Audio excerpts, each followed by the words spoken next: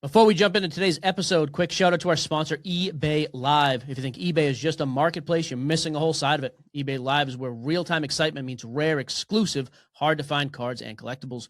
You can watch live auctions, catch exclusive drops, and buy directly from trusted and, quite frankly, the best sellers like myself while it's all happening. It feels like a show, not just shopping, with great hosts, the aforementioned me, creators, and streamers. Plus, everything's backed by eBay's protections and authenticity guarantees. To check it out, download the eBay app, tap the eBay Live button right under the search bar. Make sure you follow, obviously, Sports Cards Nonsense. Let's get back to your show.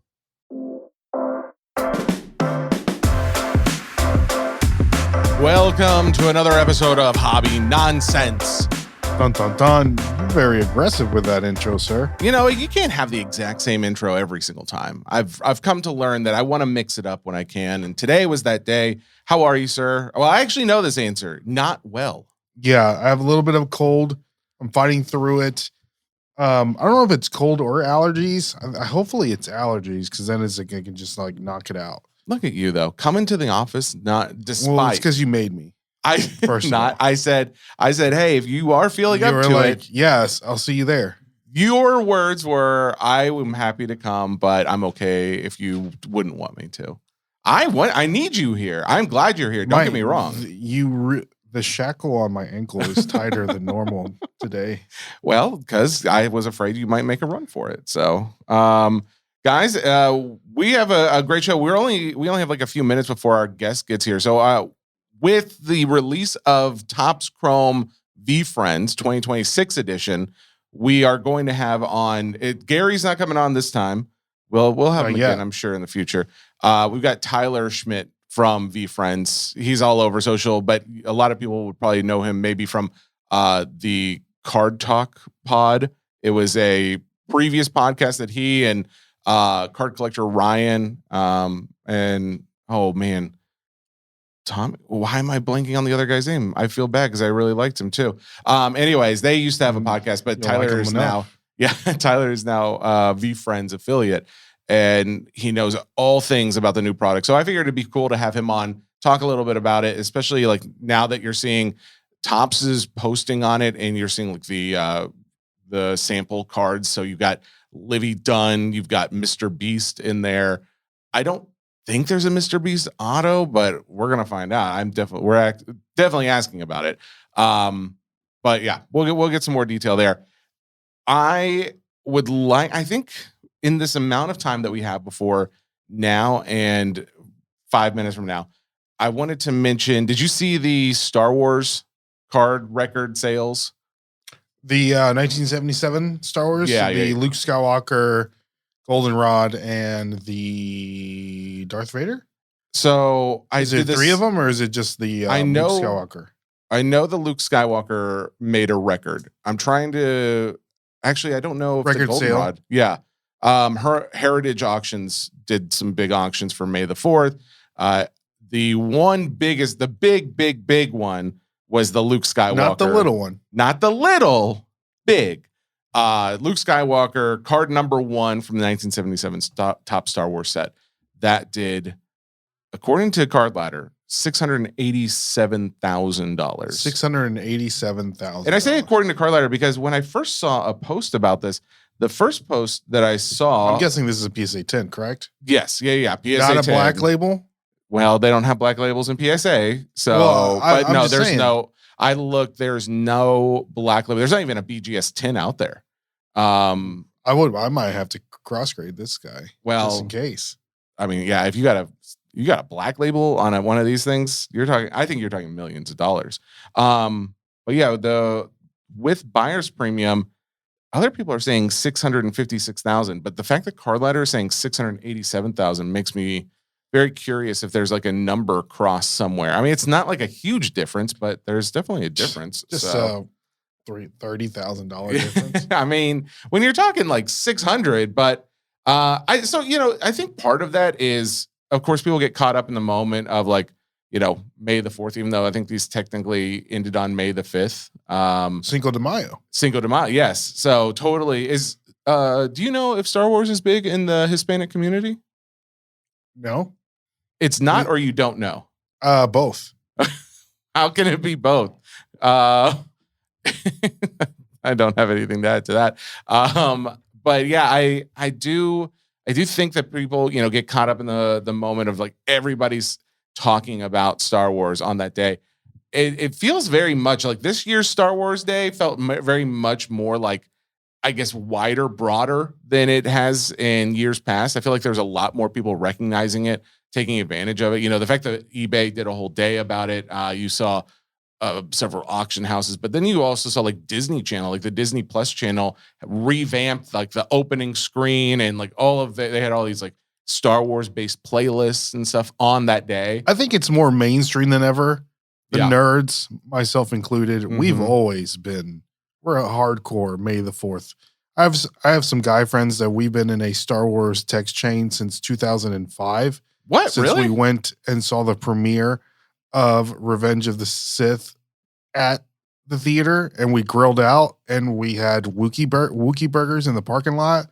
Since then, we've had a text thread, and all we do is talk about Star Wars. Do you really? When was the last time you guys texted that thread, though? Probably May the 5th. No way. Yeah, I can pull it up right now. I want you to pull it up. I want to see whatever the last texts were. I'd be very curious how that went. Some of the other big sales in that were also, it's not just Luke's card that is setting records. Hang on, just to be fair, he just showed May the 4th be with you. That's the only text in there, though. Remember I deleted a bunch of, I was running out of space on my phone. Oh, is that what happens? Do Apple's, do Apple products not back up all your text messages? I don't want all my text messages. You don't? No. I want every single one of my text messages. I want to be able to go back and yeah, granted, there's some that I wish would be gone forever, but most of the time I need evidence or proof. Okay. Well, the fact is you're seeing increases across the board. There was also the villainous Darth Vader, which is card number 7, which I believe is it depends on if you deem that the rookie, because it is like the first card in the set that has Darth Vader on it, but it's not the first card that's like titled Darth Vader. It's not like his titled rookie card. So some people might consider another one in that set, but the villainous Darth Vader card did like $206,000. I remember when the Luke Skywalker card not that long ago broke into the 6 digits, and that was huge. Like it was like, oh my goodness, we have Star Wars cards in the 6-digit range. And now you've got other non-Luke Skywalker ones, which is like obviously the big one, but you've got other cards that are now doubling that amount. I'm curious, and we can do this some other time, but I'm curious to see, because I haven't taken a deep dive on that set. I don't know which cards are in this set, which characters are in that set. I'm ventured to see if maybe we can bring it up on the screen at some point and look to see, maybe predict which the next card is going to increase in value. I could, yeah. Knowing you have a Luke Skywalker in your PC, don't you? I do, yes. What grade is that? Ooh, it's probably a 4 or 5. I have a picture of it on my phone somewhere. But really? Did I show you it? I took a picture of a bunch of your PC stuff last time I was there. I was going to make a post behind Sports Boys PC. Oh, I forgot we did that. We didn't do that. Then how did you get that? I was at your house. Where was I? What's happening? Was I there? Yeah. I took a bunch of pictures of your stuff laying around. I didn't think I had that card just laying out there, though. That's interesting.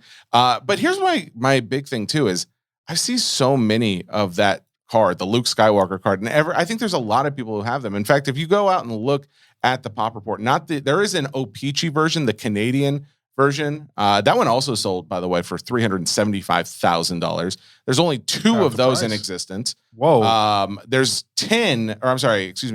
9 of the PSA 10 of the American Topps version. But other than the PSA 10s, 4.5. Yes. Yeah. 4.5. There you go. Have to crack that bad boy. But other than the PSA 10s, there are quite a few of these cards graded. In fact, 5,000 cards have been graded. The crazy thing is, like, the majority of them are 8s and 7. Well, actually, I shouldn't say the majority are 8s and 7s because I didn't look. Apparently, there's a lot more 6s and 5s. The majority are 6s and 5s. 8s and 7s, there's like 386 8s, 588 7s. The 9s are there's 90 of them, essentially. There's 90 of those, and there's 9 10s. Overall, you have less than 100 graded above an 8. I have seen a lot of these cards, and they look so good. Like, I cannot believe that they are an 8 or below.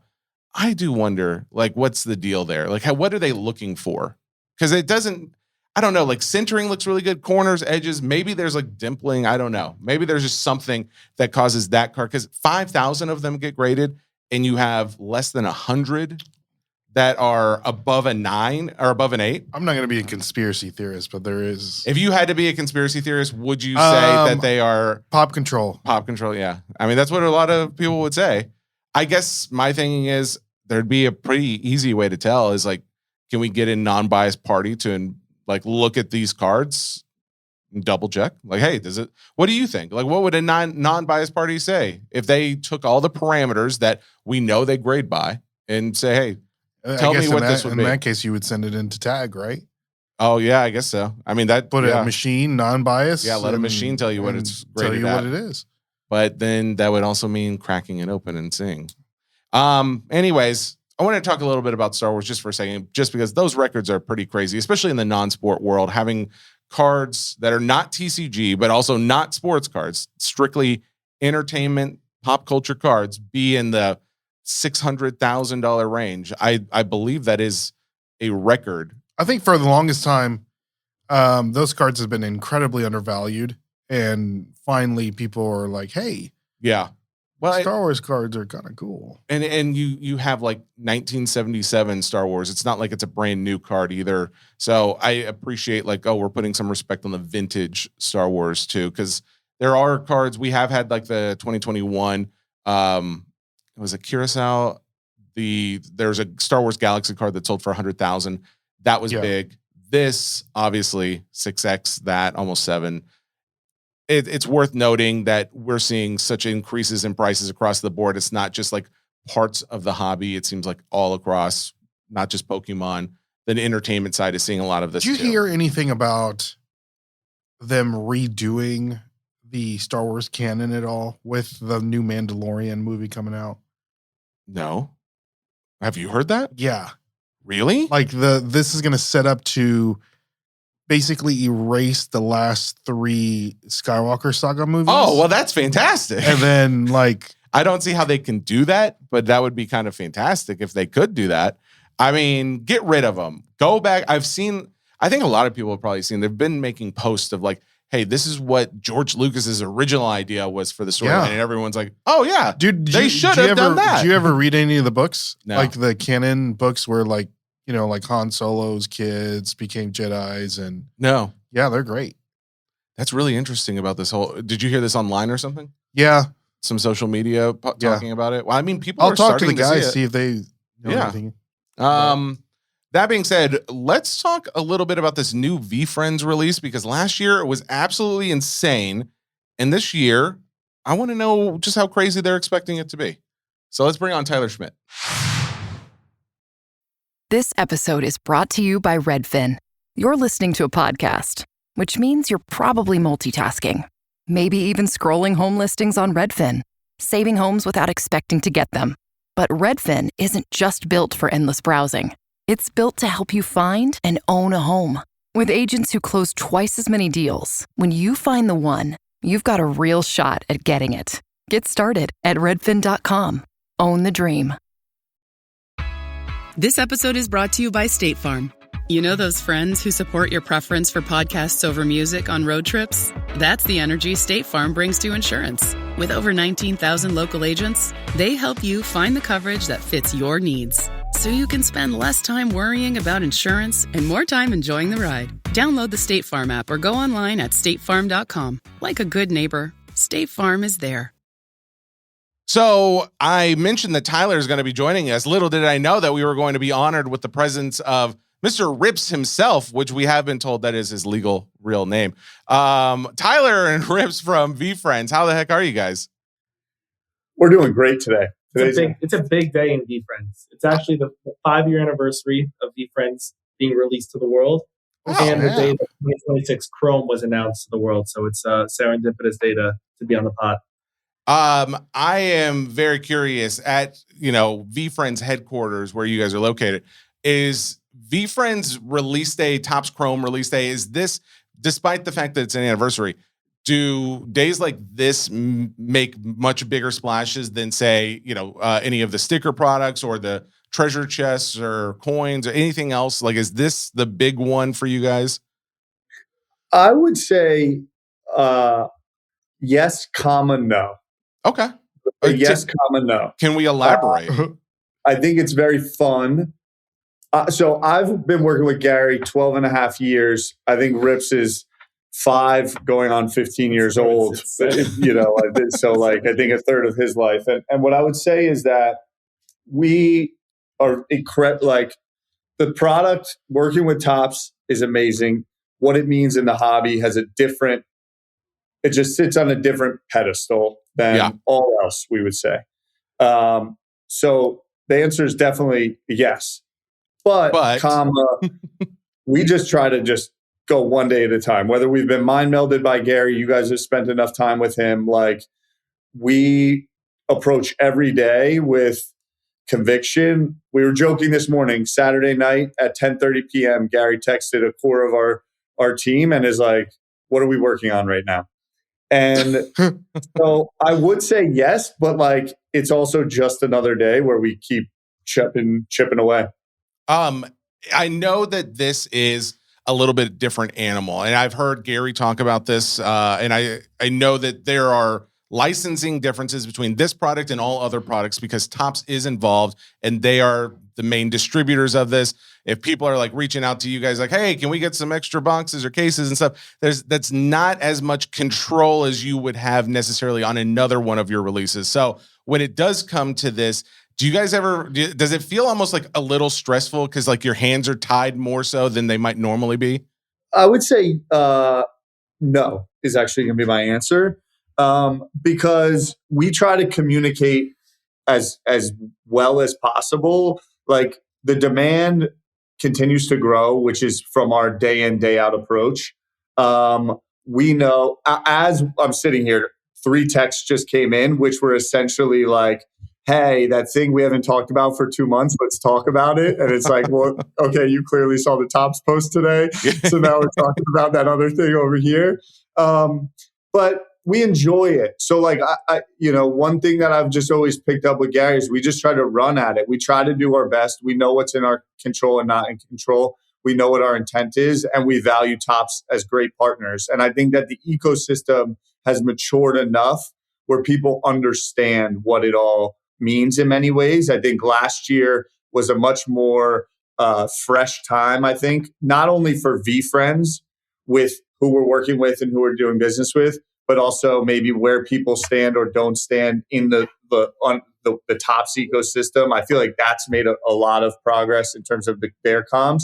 So it's the counter answer. The answer is no, because our B2B and partnership business in general is also new. I mean, we've, just the relationship that we've had, it's like, it's definitely different than it was 18 months ago. Our products that we're building that Rips is spending his time all day on, but what Topps means carry much more weight. So we just have to be much more clear and communicative and upfront with everyone. But again, I just think it's what we love to do and try to do our best at, which is like get to everyone and try to practice what Gary preaches is just like engage with everyone. Okay. For us, not like a top 5 account we speak to, and the rest we're really trying to scale and at least get VeeFriends in the hands of everyone as much as humanly possible. And Topps controls that allocation, but then there's secondary, and we try to help people in different ways of working. So no, it's more exciting actually. Is the answer. I like that. Well, and I'm curious too, when it comes to, a big release like this, obviously you're going to have new people start to get interested, right? Like there's going to be people that have already known the pitch. They already know what's going on, but then you're also going to generate enough buzz and marketing where you're going to have brand new people enter the space. So if you have like an elevator pitch for someone brand new, because I do know we've got a lot of people that listen to this that have either never collected VeeFriends or just now started listening and hearing about this for the first time. What would be your elevator pitch for getting interested or involved in the VeeFriend community? This could be an hour podcast in and of itself, but honestly, it's an elevator pitch is inherently a very short pitch, Rip, not an hour. Ask for the full story. If we're going up to like, Gary's apartment, we got a long ride. If we're coming up to like, that's fair. It's Penthouse. But ultimately, I think what makes VeeFriends so unique is that it's not going for something that already exists. And I think it's bringing in more and more collectors that aren't current collectors. We believe in the future of collecting and collectibles outside of, it's already, Gary's been in it for a long time. It's a much bigger world than it was when he first entered, the collectibles landscape. When I say first entered, I mean, I should say re-entered 8 years ago. Mm-hmm. And so for the adults who have kids who don't like sports, for the adults who have kids who like sports, but the adult doesn't like, sport. Like I think it's a collecting, non-sports collecting is going to keep growing, and we want to be, a big part of that. And I think more importantly, it teaches a lot of positivity through collecting. It's amazing that, we aspire to be a pimple on what Pokemon has built. It's not like, that's a super, super far-fetched idea, but we're going for it. And if we weren't, I'd argue that we should all be fired. But knowing who Charizard or Pikachu is, like it's not as meaningful to us when we see positive Porcupine and Happy Hermit Crab and Chill Chinchilla and Kind Warrior and all these characters that when someone opens a pack of these cards getting into collecting and they ask their mom what the trait means or whatever it is, there's such a positive attachment to it. It's filling a gap that a lot of collectors or new collectors I think are missing. And it's just an incredible community of people. I think collecting is a lot about community. And if you spend an hour in a VeeFriends stream or a Facebook group or whatever it is, you're going to see a lot of cool people who all really love VeeFriends. And I think that's what a lot of people don't realize. They'll comment, they'll say like, hey man, are people really collecting these? Like, this is garbage.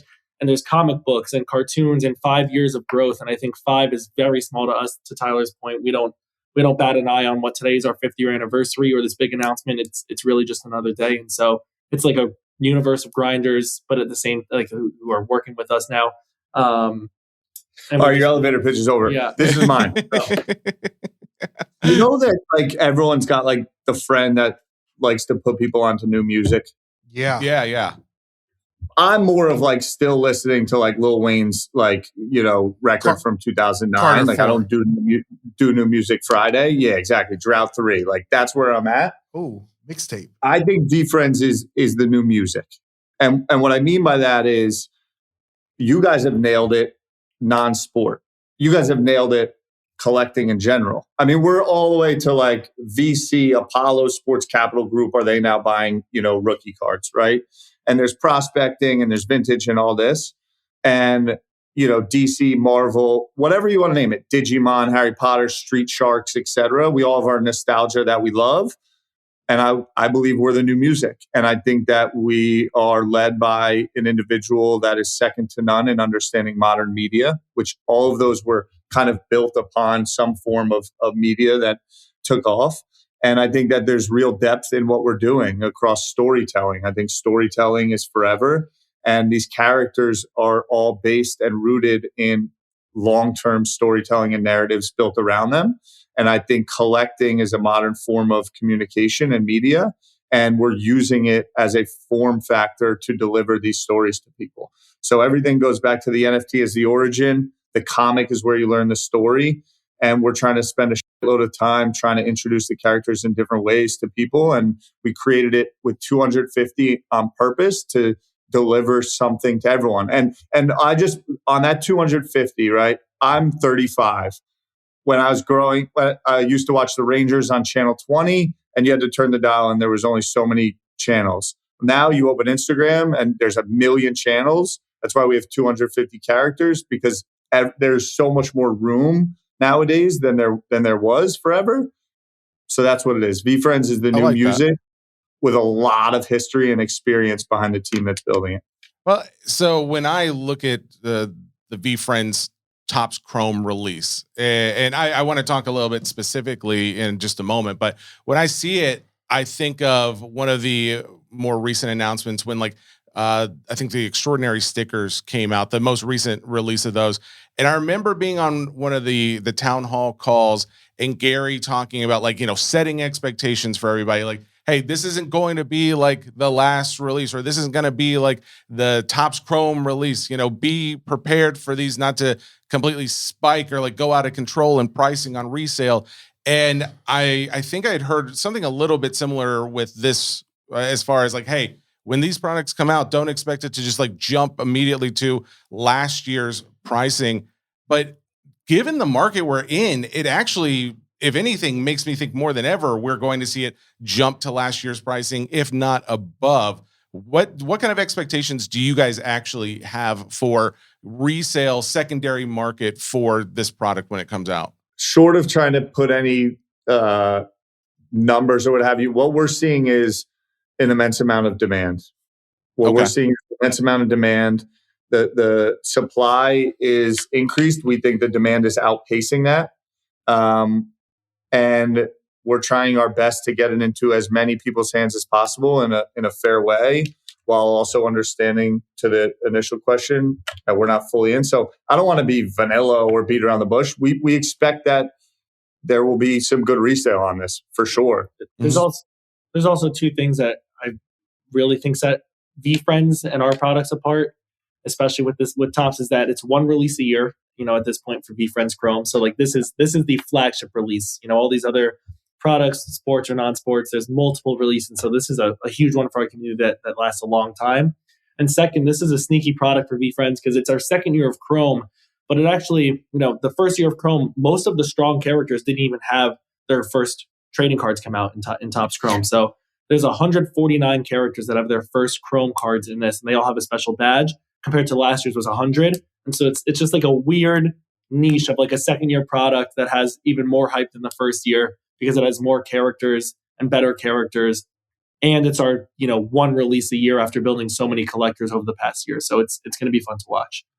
I've got a lot more questions, but I don't want to step on Ray's toes.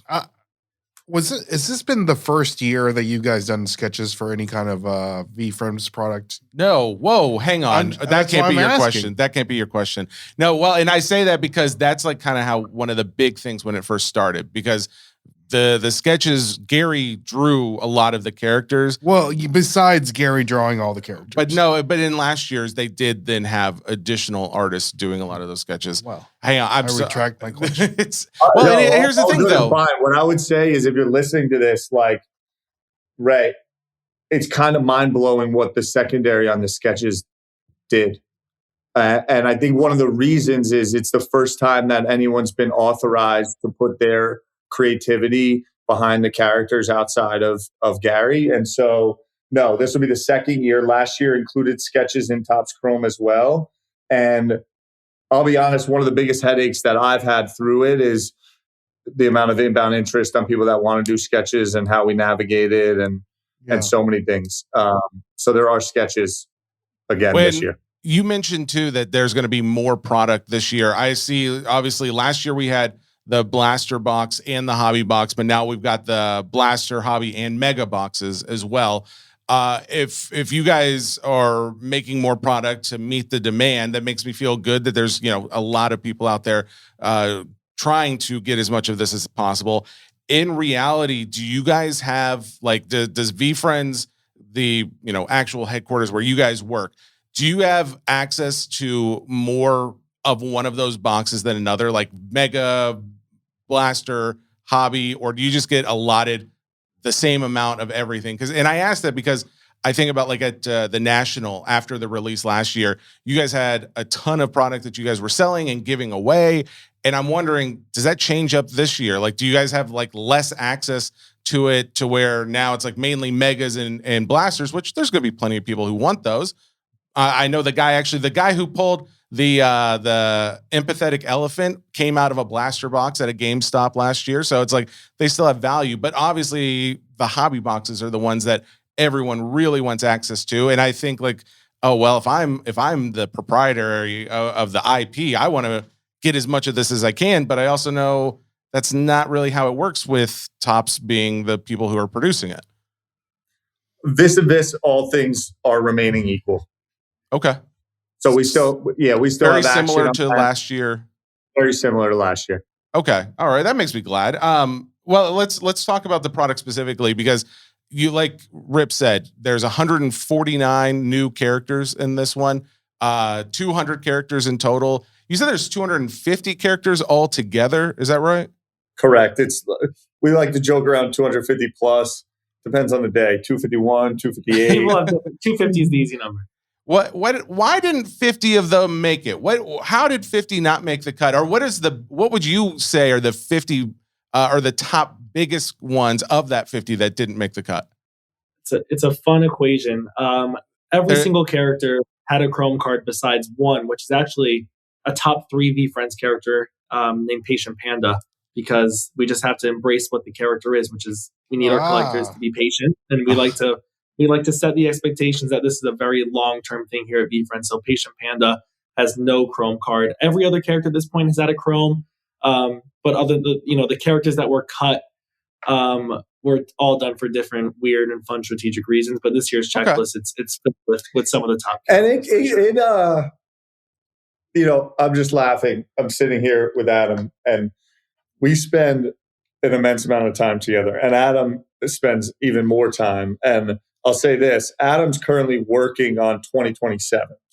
Oh, and wow. what I mean, and why I say that is we're all genuinely very close friends. And so whether it's on a random flight to the Topps conference or a dinner that we had back in, late August of last year, like these combos come up and a character will get brought up, and 3 of the 4 people might have had some disparaging words for that character in the moment, and they were out of the set. Or there's a collector who we know and love, and either the character makes it in the set for that person or gets cut because of that person. Like there's real deep, deep things that go into these characters. I love the behind the scenes. Is like, it's I can't speak for Gary, but as the creator, and I am continuously blown away at the care and thought that he has around all of these characters and the stories. There is a rhyme or reason for everyone that is or is not involved, and it comes out over time. And some might be something that makes absolutely no sense to some people, and some it might make a lot of sense to a lot of people. Well, so obviously talking about who's not in it is not the best way to sell it. I was just more curious than anything, but I am now. Let's talk about some of the bigger characters that are back in this, because I think that's one thing that a lot of new people need to know is like, what are the ones that a lot of people chase? Who are the Charizard and Pikachus and Blastoise and Venusaurs? Like, who are the big ones that people want to know? Because obviously I think the very, very, very, very, very Black Cat, that's one that I don't know. For me personally, I view that as like one of the big ones that most people probably know. I'm also a Gracious Grizzly fan. But who else would you say, if someone's new to this, would probably want to keep an eye out for? Because if they hit one in a box that they open, they should probably get it sleeved and top loaded pretty quickly. There's 2 ways to take it. I'll go first with even more important than the character list, because there are so many big ones, is called the Erupt. Erupt is by far the biggest insert in VeeFriends Chrome. About 5 years ago, maybe more than that now, 5-6 years ago, we met the gentleman who created the Kaboom set, which is, of course, the original artist. Right, the original artist of the 2013 basketball Kaboom set, which is, of course, the most popular modern day trading card insert. And so we in 2025 VeeFriends Chrome, there was the dawn of the Erupt insert, which was 1 in 13 cases, extremely rare hit. And, to your point about characters, very low tier characters in the VeeFriends universe. Those cards, you can't get for less than, 2,500 to 3,000 right now. It'd be fun to watch this in 10 years and see what it is at that point. Mm-hmm. Either really good or really bad. And And so this year it's 20 characters, top tier VeeFriends characters, including the Black Cat, some other first appearance characters, the Motivated Monster, the Rare Robot, the Adventurous Astronaut, the Driven Dragon, like really top tier characters of Erupt. So meeting the top characters in the set and the top intern in the set, those are going to be the hottest cards. There's Superfractors, there's Black Lava to 10s, and there's Base. So that's going to be huge. And then apart from that, like other first appearance characters, Bad Intentions has had a huge year. And a year ago, no one really knew of that character. It had been around for 4 years. No one knew what it was. It was revealed that that character is the sibling of one of the most popular VeeFriends characters through a comic book. So that's been a fun development. And just Resilient Red Devil, the Gratitude Gorilla, the Willful Wizard. There's just a lot of top characters, but I'd say the Erupt is by far the thing to look for. And the comic cuts, one-of-a-kind cuts from our comic books placed into the cards. Those are going to be popular, especially if the first edition comic book. There's only 555 made. We cut one up. Now there's 554. And those relics are going to be huge. Oh, that's pretty cool. I didn't know that that was going to be an insert in there. Can you tell us about some of the non-VeeFriend characters that are in there? Before we do that, I'll just rifle off a couple of things to you. Okay. Very, very, very lucky Black Cat, as you mentioned, is tier 1 AA, the Logo Man, the Jerry West, the Pikachu, the Donald Duck of our world. Yep. Whoa. The Donald Duck? You didn't say Mickey Mouse? No, I went. It might be a Donald guy. There's no one's a Donald guy over Tyler's Mickey when we're talking about guy. top guy. I'm Okay. Rips is a goofy Mickey guy. stands on Mickey's Mickey and Friends over here. I think Okay. Donald carries his own weight He's a separately. Donald guy. Clip it with no context. Yeah. Rare Robot, I would immediately put as number 2 as character. So for those that are listening, VeeFriends has a comic universe. We have a full-blown creative staff. We write, do the artwork. We bring in some very well-known comic artists from the outside. We've now published 16 comics. Comic number 10 was Rare Robot. That is our outside of comic 1, 2, and 3, which were very short printed. That comic is now sold out. Rare That's Robot cool. across all kind of wherever we've put that character has outpaced. It's got its own theme song, the whole nine. So I would highlight Rare Robot. Empathy Elephant is one of the most OG characters in VeeFriends world. Empathy Elephant was a character that existed in Gary's world before VeeFriends, predates VeeFriends in many ways. Empathy is a core pillar that Gary's built much of his brand around. Empathy Elephant matters for sure. Then you've got the Notorious Ninja, which is also comic number 7, which is going to have a very, very, very deliberate approach in terms of its storytelling and comic releases coming in the future. And the reason I highlight those is just the more media that we have out there, the more stories, it will just drive more demand. And then the last that I'll shout out is the rivalry between the Adventurous Astronaut and the Adaptable Alien, which is highlighted in comic number 11 as another 2 characters that are incredibly sought after. Okay, perfect. That is exactly what I needed. Chrome, just because you have a good audience, and some people may not know this, but they've already listened to Gary. There's a couple characters that have changed names. The F You Monday Mole. We're going to bleep that out. This is a family-friendly show. Go ahead. That's why they changed the name. Is now the Monday Mole. Monday Mole. Okay. So there's some OG stuff, non-Topps Chrome, that's very collectible around that. Yeah. As well as the Hot Hornet, which I think is now the Hot Shot Hornet. Do you guys ever, so someone posed this question to me.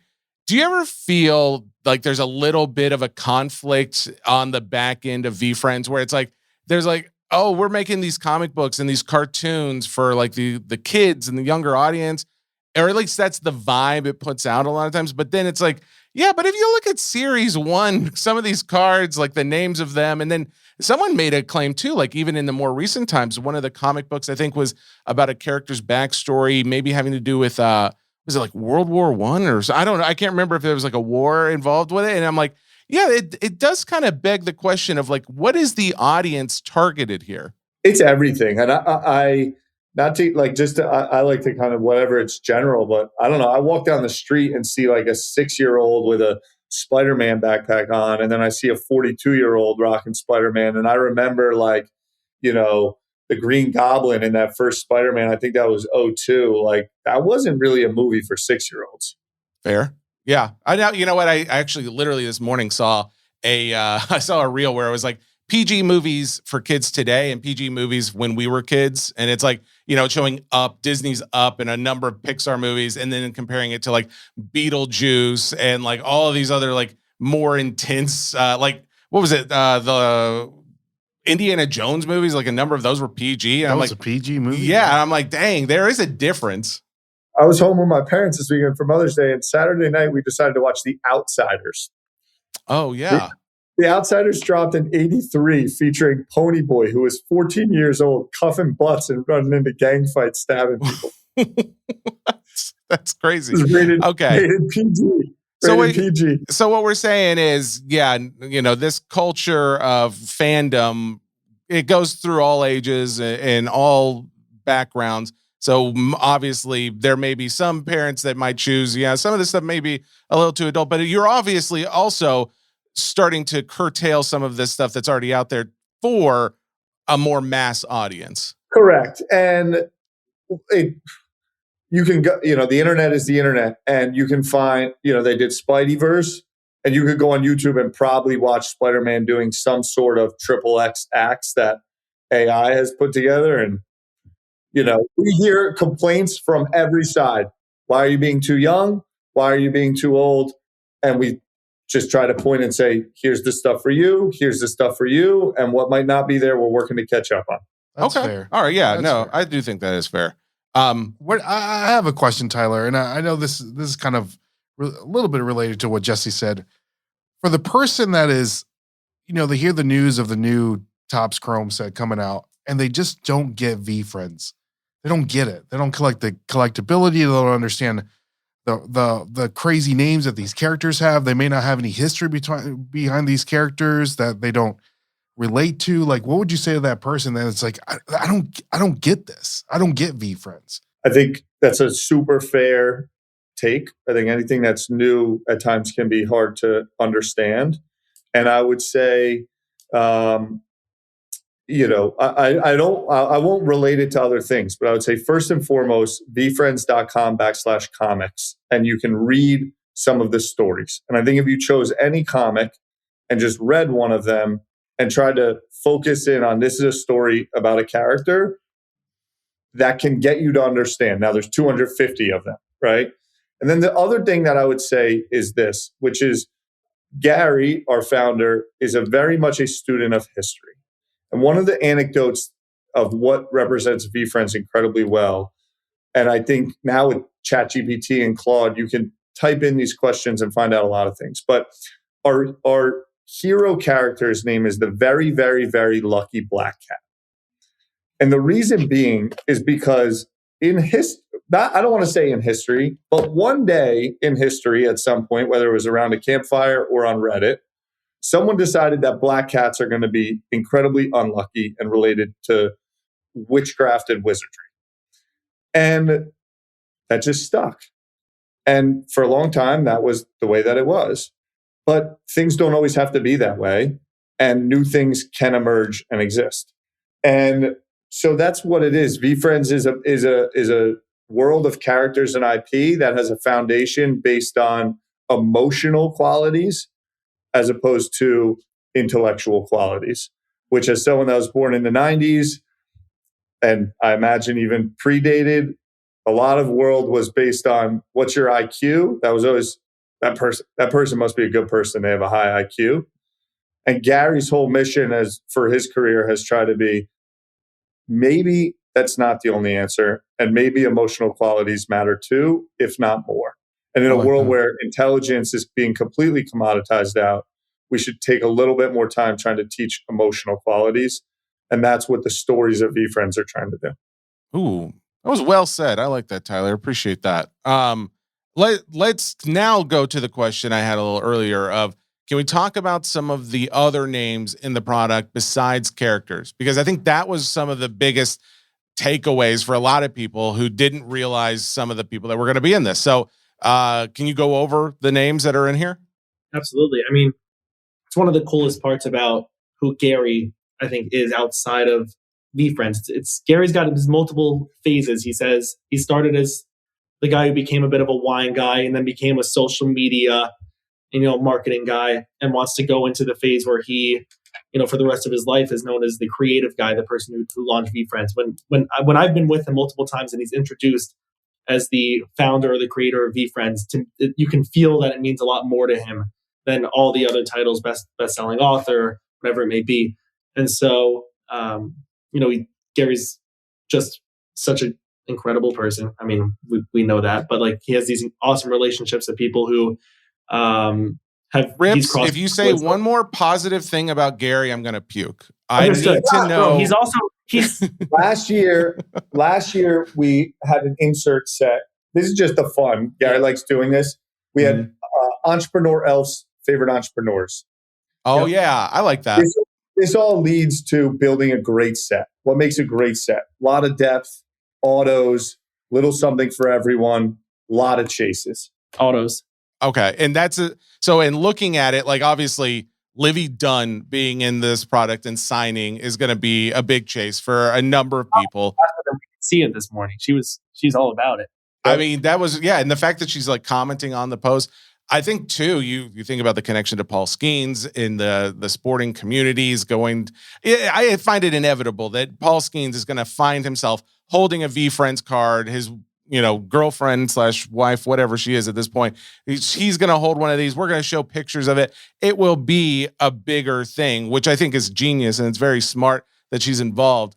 One of the ones that I thought was like a little bit more interesting was, what is his name? Cam Patterson. Yeah. Cam Patterson. So I know him from obviously SNL, and then Kill Tony was, I think, where he kind of got his start for a lot of people as well.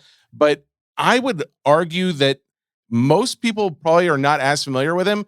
I don't have a problem with that because there's a lot of like entrepreneur elf characters that last year that I think a lot of people didn't know. So I appreciate it personally that you guys have maybe some deep cuts in there. What would be some other ones, or are there other ones besides the Cam Pattersons, the Livy Dunns, the MrBeast that were initially posted about? One that I'm most excited about is actually a good friend. And that's the thing is like we're trying to mix huge, obviously reach MrBeast and Cam Patterson. When we skimmed through a lot of the comments, there was 2 comments. One was literally like, I thought this was hot garbage, and then I saw there's Cam Patterson chase. I'm buying. That's awesome. Right? Yeah. One that I'm most excited about is Chris Brickley. Chris Brickley is a very, very well-known basketball trainer. Globally, cool. He was, his IP is in NBA 2K. Actually, the gym you go and train your player at is Chris Brickley's gym. He has a thing called Black Ops. He's just been a very friendly individual of Gary's for a long period of time now. He was a trainer on the New York Knicks, sleeping at the gym, helping Melo get shots up, to now having brand deals with the likes of Puma, Mercedes-Benz, big financial institutions. Shout out his manager, who's one of the best people I've ever met. But Gary did a podcast with him, I want to say in 2020 or 2021, and on Ask Gary Vee, and really kind of like pushed him, hey, you should think about this collecting. And so that was almost like a full circle moment of our journey and our relationship. And again, Chris Brickley's someone that, in China, where the basketball world is insane, has a massive following, and there will be a large cohort of people that only have interest in trying to find his autos and chases, as well as an opportunity to bring him awareness in a different light and fun business together to put something out into the world. That's one I'm very excited about. Absolutely. Yeah, that's really cool. It's cool to have it. I think everything that you guys do, I appreciate how it's not just the name, the face, it's the backstory as well. Because like just hearing Chris Brickley, is that the name? I'm already, because it's not like a household name, but just hearing the name like doesn't ring bells. But then you hear backstory and it's like, oh, now should I care about this guy? Maybe I do want to start chasing that. Yeah. Storytelling. Yeah. I think Mel that's really Robbins cool. is a total like, dude, like, wait, what? Okay, what? Look under the hood. One of the most downloaded podcasts in the world right now. Well, can we talk about the MrBeast card in there? I know that he's been involved with VeeFriends like on the NFT side, and now he's in this set. He's had a Topps Now card before, but I don't really know of any other real official card that he has had. Would this be considered a rookie card for him in your minds, or do you guys have any designation for this? I think the fun of it is to let everyone debate and see what they think, 5, 10 years, whatever it is. Wait, that's a boring answer. Rips. Is this an official MrBeast rookie? I don't think so. My take is he's had a trading card before. I don't know if I count Topps. That's the thing. I don't know if I count Topps Now cards as. There was no autos in the Topps Now. That's true. And what makes this really fun is that it's MrBeast's first ever autographed cards. His signature is tough, and he signs his. I'm a collector and historical collector and autograph collector, and he's a tough signature. So to have, to say that MrBeast is going to have a super fractor autograph. Last year, Gary's super auto went for $55K. He didn't buy it. Ruben's went for, I think, 50 or something. We didn't buy that. Ruben didn't buy that. It's going to be like MrBeast super fractor chase here is going to be huge. It's his first autograph cards to me. It's the most substantial cards he's ever had, but it's not his rookie cards. Jesse, where do you stand? I disagree. I think it is. I don't know if I count any Topps Now card in the conversation of rookie or not. It doesn't feel like, I feel like if you can print it on demand, it shouldn't count in the world of collecting. Because if collecting means some kind of scarcity, and in this case, it's as many as you want, so long as you order it in time. So yeah, to me, I do think this could be more of the rookie. And the fact is, I was kind of like beating around the bush because I wanted to ask, but I wasn't sure if you were going to answer because you wanted to like save some marketing for like release day. But I was curious, were there going to be autos in this? And the fact that you have MrBeast, Jimmy Donaldson autos in this product, that is going to be, I think, very, very huge. And especially the fact that MrBeast himself is already involved in the community of VeeFriends. He's probably going to, at least if he doesn't put it in one of his videos, he's going to talk about it somewhere else. I mean, from a marketing standpoint, I do think that helps significantly with putting the word out there for the VeeFriends community, just given the amount of subscribers he's got out there. Yeah, and I can't wait for the video of just some kid who picks up a pack and finds a MrBeast card inside, completely unexpected. It's going to be a fun watch. But yeah, those autos are going to be a big chase, and there's a lot more. I mean, for a decade now, probably family vibes between Gary and MrBeast, and in a lot of ways the last couple of years. So it's going to be a really fun chase. Well, so I think I put this on your calendar for 20 minutes. We've been going for like 40. So I appreciate you guys giving a little extra time, but I did want to just put this out there. Hobby boxes at release on Topps's website are going to be $250. But again, that's if you can get it on the site and in the quantities that will be available, that's what they're going to be at. I don't know what they'll be. Obviously, in aftermarket, value boxes are $30. Mega boxes are going to be $60. When does this actually? Because I know this episode will not release until Wednesday morning, and by that time, the initial release on Topps's website will have been done. Because I believe that is at I want to say 11 a.m. tomorrow, Tuesday the 12th. Does that sound right? Or 11 a.m. Central, 12 p.m. Eastern. Yeah. Okay. So when is it actually going public to everybody? Like the release of the product. When do people start ripping it in breaks and things like that? June 10th will be the official street date of the product. Sometimes if you win the pre-sale, it gets you a little bit early. So we're under a month until this product comes out at the time of recording, which is awesome. Okay, cool. Anything else you guys want to add about the product? Anything else like that, get people excited or pumped? Hyped up. Yeah. I'm constantly blown away at Rips's incredible eye on detail and passion. And how old are you now? 23. 23. And there. I met you, I think you were 15 maybe. Yeah. Wow. And I don't know, you got this weird collector's brain, right? Yeah. Like you do. I go deep on certain things, but the passion and the care that Adam and Gary put into the details that lend to, basketball, football, what have you, you kind of know, okay, there's a couple characters, couple players, couple colors. Otherwise, we're talking bunk. And I think that the energy that's put into making it not only something that can be financially rewarding for people, but also thoroughly enjoyable from the details and little nuances that can lead to long-term discovery.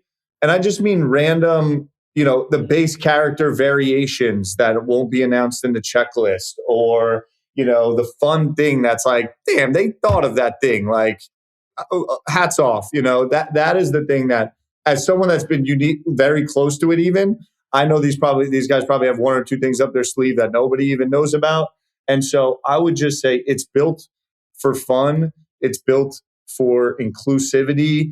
It's built for family vibes. And along the way, if you make the bets in the right places, I think that there's financial reward to be had. But frankly, it's a secondary thing to what we're trying to accomplish long term. And that we're just trying to be very thoughtful. We understand the state of all that's going on.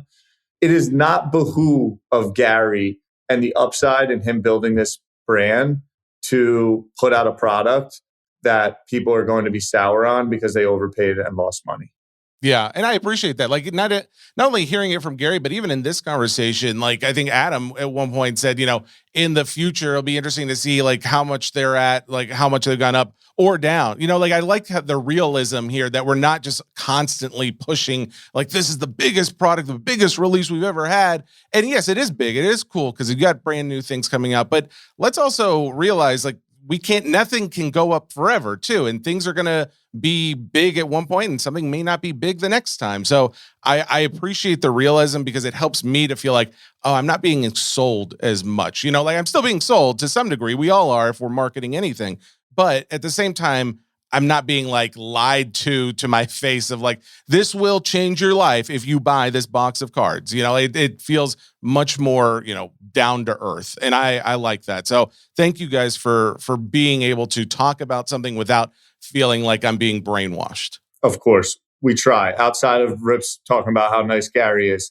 Yeah, well, obviously I stopped that. I put a kibosh on that one. He gave me a dream job before I graduated high school. What am I going to say? Sure, that's fair. You have no choice. That's fine. No, thank you. Otherwise, what's happening in the video? What are we collecting? Disney, man. 2023, 24 Disney is just out of this world, crazy big right now, and I think it's going nowhere but up. So, yeah, but I mean, I'm partial, right? Like I love all the current Topps products because I rip all the current Topps products, and there's some of them are better than others. Obviously, the new Toy Story one is really cool. If I had to like pick something, the fact that you've got like these creator sketches, the Pixar animators in products like that, I love that. Companies like Topps and companies like VeeFriends, they don't rest on like, oh, well, that was a big hit last year, so we're copying it and that's it. Trying to add some innovation, trying to add some more collectability, something new and something that maybe nobody's thought of.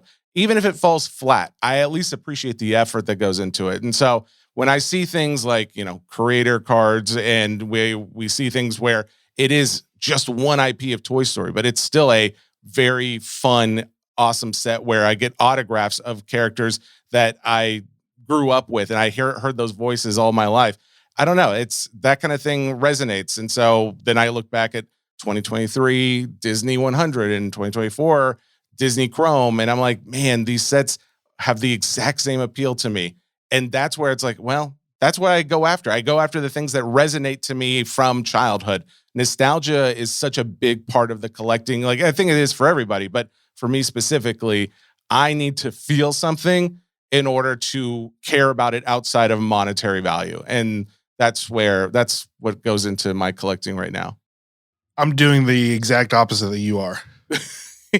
It has to mean nothing. I'm only collecting things with monetary values. And there is a hole in the market that people don't know about that are cards, especially Pokemon cards that are forgotten about that I'm purchasing up before they dry up and they're going to go to the moon. I mean, here's the thing. I don't have a problem with that at all. And I love that you're at least honest about it because there's so many people who that is what they're doing, but they're like, no, I got to sell the collector side. I can't be just telling them flipping things, but that's okay. I respect it too, but it sounded like an answer that you didn't want to say what because you're trying to corner the market. So I won't ask. I still don't. I still don't want to. He does that. He will not say some things. And even ask. Here's the thing. I try to give everybody like a little bit of a bone here and then. I know the last time Gary was on the podcast, he got my brain like going with a bunch of different rookie cards, and I think Rips, you were in the background. And one of the things that I started collecting up are, Nintendo IP rookie cards, and one of them was the Star Fox from like Kellogg's 1993. 1993 Kellogg's box. New game? Exactly. That was, yeah. Who would have thought? That was one of I knew that he was going to be in the new Super Mario movie, and then I knew that somewhere if he was going to be in the Super Mario movie, there might be a game down the pipeline. And Now there's right. a new I'm game. bullish in Pokemon world is the original 1999 Pokemon game, first edition, non-hollows. Like when you just look at the pops, Onyx, Weedle, Beedrill, yeah, anything in that set to me, like, I mean, the water energies just started to go up $400, something like that. But when you just look at supply and demand and time comparatively to other products that they are putting out, it blows my brain where that set sits. And I'm the opposite of you. I say all the things and then don't act on them. And then I get messages from people like I did today about someone told me that I gave them the play to buy the Harry Potter trading card game boxes. And they're like, it's the best play I ever made. I bought 10 for $400 and one just sold for $2,400. I'm like, I gave you that play? I didn't even buy one. That happens to me all the time. Good at that, by the you've learned, but he's been historically great at having fantastic takes and executing minimally. Yeah. Oh, I've been there myself. Well, actually, speaking of Gary V's last show, the 1966 Marvel. I went out and bought one of those, but then Spider-Man. What's funny is like since that episode, we have brought it up several times about like what's the true rookie, and Ray very reluctantly gave out after he bought some card-ass Pokemon cards from 1995. Which are the true rookie Pokemon cards. And those are like very much like in contention for a rookie. I would also argue it is the rookie after looking into it a little more, but I went out and bought a number of those. And because I mean, I don't know if they've gone up. They went up for at least one sale after it, but there's not a ton of them out there. So yeah, those are. Well, you got to think they were in vending machines and like in the vending machine, so they're super hard to grade. Yeah, exactly. So yep, just a matter of time. Can I do one thing before we all leave? Quick round table. Favorite fictional character? Single favorite fictional character? You're gonna have to give me a second. I don't know if I've got like just one off the top of my head. Doug Funny's Quail Man. Whoa, that's a solid one. That is a good one. The Beats Me episode of Doug Funny is something I'll never forget. Yeah. I can that Gibson. I can sing Killer Tofu. I don't know if that helps at all. Man, that's like to give every IP out there. Like that is hard. I need to hear y'all's. You guys answer the question. I'll go last. Bowser. Ooh, dude, that's good. Wow, Yeah. I never pegged you as a Bowser. Mine's Harry Potter. Oh, Harry Potter. Interesting. Okay. Man, I never pegged you as a Harry Potter guy. Yeah, massive. Wow. I feel like really, it's like Chewbacca has always been a big fan, but it's Star Wars. Mario, obviously from Nintendo world. Jeez. I feel like really left out here. I don't know if I could actually give an answer to that. Darkwing Duck. No, Powerline. No, just Goofy. Goofy movie. This is something that you're going to, you literally just broke my brain. I don't know if I have an answer to this, and I'm going to, just the rest of this episode's ruined. I got fun before we get out of here. Dang it. All right, this got to be the last one. I'm blind ranking VeeFriends characters. You ready for this? Yep. 1 through 5. You ready? Number Smooth Spider. 4. Okay. Fearless Fairy. 2. Oh, okay. Alpha Alligator. 5. Did you already say 4 rips? Oh, he didn't respond either. No, you gotta get. No, okay. You're I'm numbering. Oh, got it. Okay, Yeah. Gritty Ghost. This is like playing FIFA or Madden back in the day, and you have to decide if you're going to do the random or stick with your third. I'm going to put Gritty Ghost as 3. Okay. And last one, which is the number 1 spot because no one said 1. Notorious Ninja. Hey! Nailed it. That one worked. That one worked. I had the Spider 5 and an Alligator 4, which I feel good about. So just those are some. I would say that was very good. That's going to be a great clip when we inevitably clip that up. So I like that. I don't have any great ending questions. So I'll just leave it with this. Guys, check it out. This new VeeFriends release, Topps Chrome. will be on the website. You guys, by the time you're hearing this, it'll be too late. If they miss the Topps release, is there anywhere else where they're going to be able to access this? Ooh. Not at, secondary market prices? On June 10th, right? Yeah, June 10th, it'll be On release day. in more places that VeeFriends has ever been able to be found. Yeah, couple different .com sites. It'll be available whether, you need Discord bots or whatever. But on June 10th, it will be purchasable across multiple .coms and then at your favorite hobby shops. What about retail? Are we hitting Targets, Walmarts, Dick's Sporting Goods, everywhere? Or Did any of that stuff get announced? Nothing announced, but more than it's ever been before, especially compared to last year. Yeah, weak answer to go out on. Sorry. Hey, I didn't even have an answer to your question, so I feel like that's pretty good. I still got that. Guys, so again, this is VeeFriends. We've got Tyler and we've got Adam Rips. Guys, thank you so much for coming on here, especially because this was like last minute. When I saw the whole Topps release officially announced, I was like, oh, we got to get somebody on this week, and you guys were very willing. So it means a lot, and thank you for being so forthcoming with everything about the product and then some. So we look forward to the release, and then hopefully we can catch up again here soon. Good hanging, boys. Keep killing it. Thank you. Awesome. Gentlemen. thank you, guys. Thanks, guys. You tell yourself no one wants your college-era band tees, but on Depop, people are searching for exactly what you've got. You once paid a small fortune for them at merch stands. Now, a teenager who calls them vintage will offer that same small fortune back. Sell them easily on Depop. Just snap a few photos and we'll take care of the rest. Who knew your questionable music taste would be a money-making machine? Your style can make you cash. Start selling on Depop, where taste recognizes taste. So obviously, that's your VeeFriends infotainment of the episode. I think there was a lot of good information. I appreciated your little blind ranking at the end. I like that. That was fun. How did you pick those characters? I don't know. You just chose them. Yeah. I think it went almost perfectly as far as their rankings. I'm a little disappointed that you didn't pick your boy Buzz Lightyear as your favorite fictional character. He would be in Toy Story. There's no brainer there. And I got Winnie the Pooh outfits too. I've got Powerline outfits. But you are the Buzz Lightyear. That's the gimmick. And I do appreciate that because I consider it an honor to be associated with Mr. Buzz Lightyear. At the same time, I kind of would consider it with a number of characters out there, like Darkwing Duck. Like when you said Quailman Doug, I immediately thought Darkwing Duck. That popped in my head because he was one of my favorites and still is. And the fact that he was in the Disney Neon product was probably, other than the goofy aspect of it, the goofy anniversary was probably the best part of that product to me. But I have favorites depending on my mood, depending on my day. It's when my daughter asked me. Who are your top 5? No, can I just give you 5? I don't want to give you top 5. No particular order. No particular order. Give me 5. Okay, so Buzz Lightyear.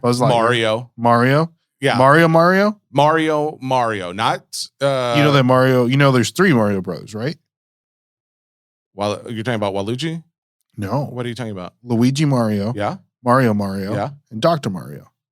Dr. Mario is not Mario? No, that's the third Luigi, or that's the third Mario brother. Are you sure? Have you done any research into this? Do you know this for sure? You know what the colors make up?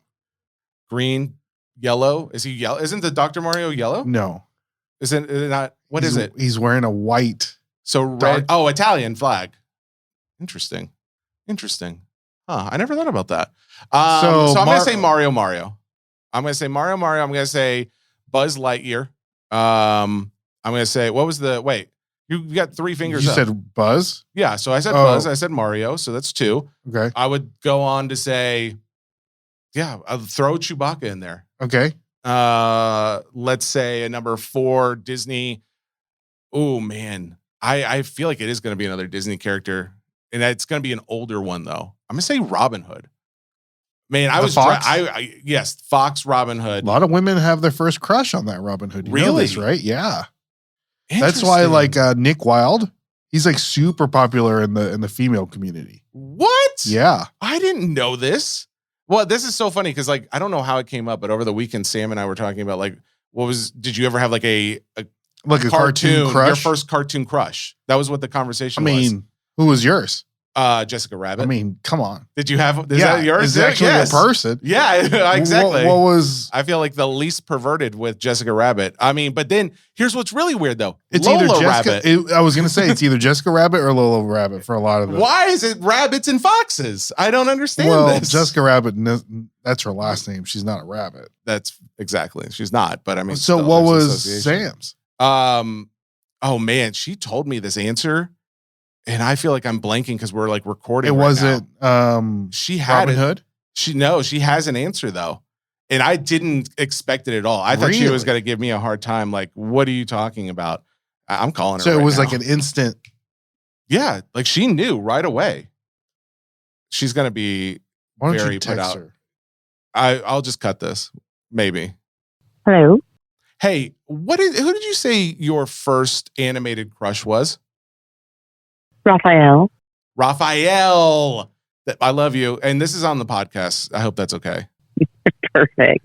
Okay. Love you. Goodbye. Okay. Goodbye. I love you. All right. There you go. Raphael. She likes the bad I boys. remember hearing it and I was just like, really? What? And Raphael, it's not like they look completely different from each other. Why not Michelangelo or Donatello? Michelangelo? Michelangelo. I said Michelangelo. Michelangelo? That's his name is Mikey. Michelangelo. Is it? Is it Michael? Is it pronounced Michelangelo? Michelangelo. I mean, I get Mikey, but it could also just be Michelangelo. It doesn't What's matter. Anyways. I'm glad she didn't give me like, you know. Raphael, she's a bad boy. She likes the bad boys. Exactly. Put down, everybody, what your favorite cartoon crush was growing up. Oh, and my fifth favorite character, IP-wise, fictional. Does it have to be animated? I never clarified that. No? Marty McFly. Okay. Here's the thing. There'd probably be a list. Like, yeah, you know what? In the comments, I would love to know your favorites. At that point, I mean, yeah, exactly. You know, like Randy Savage, Ric Flair. That's the thing. I think you need to say animated because those are all characters. Exactly. See, that's where this whole thing. Richard Fleer isn't Ric Flair in real life, but the lines do cross very much. It's like when my daughter asked me, like, hey, Dad, what's your favorite color? I'm an adult. I don't know. Well, it's blue. I mean, to be fair, honey, it is blue. But it's like, what's your favorite movie? What's your favorite song? I do have things that I really enjoy, but it depends on the mood. You have a favorite song? I mean, it's weird because I kind of want to say, like, for a long time, I would say Bohemian Rhapsody. I'd say Queen's Bohemian Rhapsody, and it was all stemming from 7th grade talent show. Was it your favorite song at the time? At the time, it was. It was still your favorite song. But the problem is, it got overplayed, and like people would say, "Do it, go do the thing. We'll go out karaokeing. We'll do it." And I heard it so many times, I couldn't hear it again. The same thing with Jesse's Girl. I did that in 12th grade talent show. After that year, I couldn't. I listened to it so many times before. I was like, I'm done with the song, and it kind of ruined it for me. So yeah, it just depends on my mood because every once in a while, I'll be like, bust out some Bohemian Rhapsody. I do want to hear it. So that's my. Imagine how a celebrity feels, dude. I know they're just exactly. Like this is how I feel. Like one thing. Do the thing. They're always coming up to me and say, do the truffle shuffle. I'm like, that's another guy. Do it anyway. Yeah, that's what happens. No one's ever said that. Haystack is the new sponsor of this show. So Upper Deck, eBay Live, and Haystack. These are really our main sponsors of these shows. eBay Live is something that I think is very easy to work in as well as Upper Deck. eBay Live, we go live every Sunday. I'm trying to get Ray over there, but until then, I will be live each Sunday doing non-sport cards. A lot of Disney. I think we've been leaning even more so into the graded Disney slabs, but now it's also, you know, your Rocky and your ETs and your original Dune movies. And did you know that there's 2016 Link, like there's a whole set of cards for Zelda. So there's tons of that. There's a little bit of everything, Star Wars, Marvel, all the big ones. And that is every Sunday, 7 p.m. Eastern time on eBay Live. Go check it out. Upper Deck is easy too, because we just had Jason the President on. We talked so much different Upper Deck products, both now and past. I think this new Haystack one may be the easiest promotion that we've had because I use it every week, just like I do with the other ones. We talk about those other things and they're sponsors of this because it's something we do and we love. Haystack is one of the best tools that has made my life easier because of all of the stuff I've been doing with eBay Live. All of those eBay Lives, those cards, the best way to sell them, in my opinion, is to have them pre-listed so people can like have favorites and like watch it ahead of time, and they'll send messages, hey, when does this go? How does this work? So that has been extremely helpful to not have to just take a picture front and back, upload it, do one card at a time. I don't see how people have been doing it. I don't see how Mike has been doing it. It doesn't make sense to me. A nightmare. And so doing it this way, because right now, currently, I believe my daughter is uploading. Oh, snap. She's taking all the pictures. So she does all the pictures. Oh, yeah. She's a W-2 employee of Hobby Nonsense. So I have her take all the pictures. And then BJ Kroger does all my matching of those cards. And then they're up there on eBay Live, and then we're ready to go. So Haystack, if you guys are not already familiar with it, check it out. The website is not like haystack.com, but it is very similar. It's haystack.tech. Oh. Tech. So check it out. I don't know if we'll have promotions. Hopefully we will. We'll be able to give away or do something like that. But in the meantime, it's just a great tool. It's very reasonably priced. I would recommend it to anybody. There you go. Dick's House of Cards, or I'm sorry, Dick's House of Sports. It's on Dick's House of Cards. Be careful how you say that. But it does feel like that. I've now seen some. So Mike was at one. This actually has nothing to do with the fact that Mike was just at one this last weekend. I got a message from a buddy. Can we go back? Can you explain what a Dick's House of Cards is? So it's Dick's Sporting Goods. Like, so you remember, like in the interview just now, you had asked, is it going to be at Walmart, Target, Dick's? And that's the thing. You're saying Dick's as if it's like on par with those others. And I think for a long time, nobody would have said that. But now it definitely is in that conversation, especially after the video I just saw. It is, I've never seen product at a card shop like I saw there, at least brand new product from Topps and Panini even. I saw a Panini product and Upper Deck product in there. I was kind of blown away by the amount that was in this Dick's House of Sports, but it gave me a little uneasy vibes. I've been telling you this is a junk wax era. There was so much of it, and it was blaster boxes and megas, and I think they even did have some hobby boxes, but mostly it was blasters and megas that I saw. But other things I saw were singles. I saw like this. There's like this Knibble, rookie basketball rookie. The card was priced at like, I want to say $305 or something like that for this PSA 10 rookie card, but it currently goes for like $70. And granted, maybe they priced it before Rookie of the Year came out, but it's still, I don't know. It makes it, if I go into a shop and I see somebody's card prices are wildly out of whack, I don't necessarily trust that shop. Like, I don't want to go back there. And this isn't a local card shop. High, out of whack high. If it's low, I'm coming back all the time. But if it's way, way, way too high, then it's like, what am I doing here? This isn't a place I'm going to trust anybody to recommend to go to this place to buy cards. And why should it be any different with Dick's House of Sports? It's not an LCS, but they are very much trying to mimic that. How does someone go out and recommend, if you want to buy your cards, go there? And even if it's like, hey, well, that's my only option. I don't have an LCS. I still don't know if I'm going to be like, go to this place. I would say go to some online shop way before I would say go to a place where they're charging literally 4x what you would have paid online for the card. So yeah, it's interesting, and I will say that's one example, and hopefully that's not the case all the time. But at the end, when I see card pricing out of whack, it just immediately, says to it puts in the message in my brain, that is not something I would recommend to anybody. And so what do you do in that situation? I don't know. I don't know how people are going to feel about, I'm going here for cleats. I'm going here for other goods. And, there's cards. Cards are popular again. Let me go check it out. Let me see. I'll buy that box of cards. I'll buy that single, $305. Wow, that's great. I love that guy. I didn't know these cards were selling so much. I'll take it home. you know what? I need to sell this card. You know what? I know I can get $300. I bought it at Dick's for $300, so it's probably somewhere around there. Oh, it's a $70 card at most. Why did they sell it to me for so much? That's a trusted place. They assume like, oh, this is what the prices are, and then they go home and realize not even close. So I don't know. I view an LCS as they have a responsibility to educate, and big box stores don't.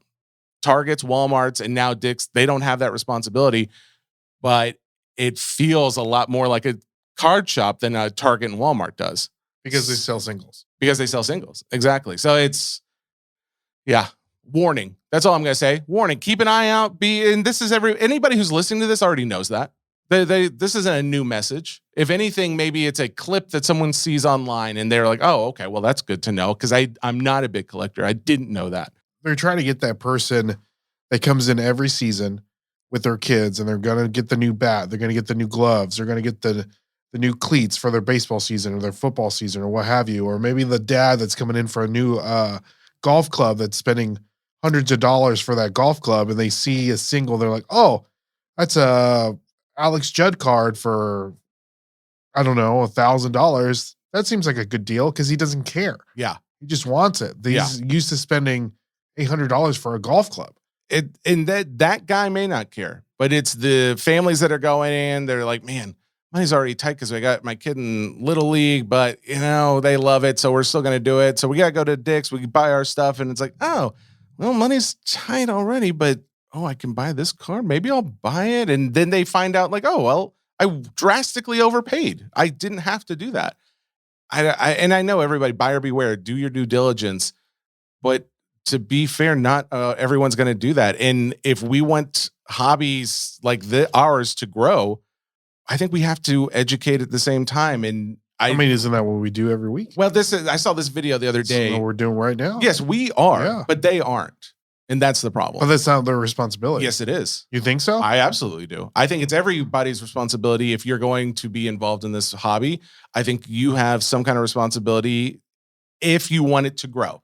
When do you take on that responsibility? When you become a shop? When in LCS, think about all the hoops that LCSs have to go through to get allocation. Is the Dick's Sporting Goods still going through those same hoops? I would say they don't. Exactly. That's what I'm saying. So do they have to feel responsible like the LCS does? They are not being made to, but that's the problem. That's what I'm saying. That is so the responsibility needs to go on So maybe it's Topps. Maybe it's Upper Deck. Maybe it's Panini. Deck and Panini to be able to do. Yeah, that's what I'm getting at. So because again, I go back to it doesn't feel like Walmart and it doesn't feel like Target when you look at the shelves of product and all the singles out there. It feels very much reminiscent to an LCS. But that's not every Dick's. Our Dick's Sporting Goods does not sell singles. All of the Dick's House of Sports, my understanding is that is the goal. Do we know how many Dick's House of Sports there is? I don't know, but they're growing. There's a lot of the idea, I believe, is to expand that Dick's House of Sports to everywhere. If I was working at one of these Dick's House of Sports prior to this expansion, I would be upset.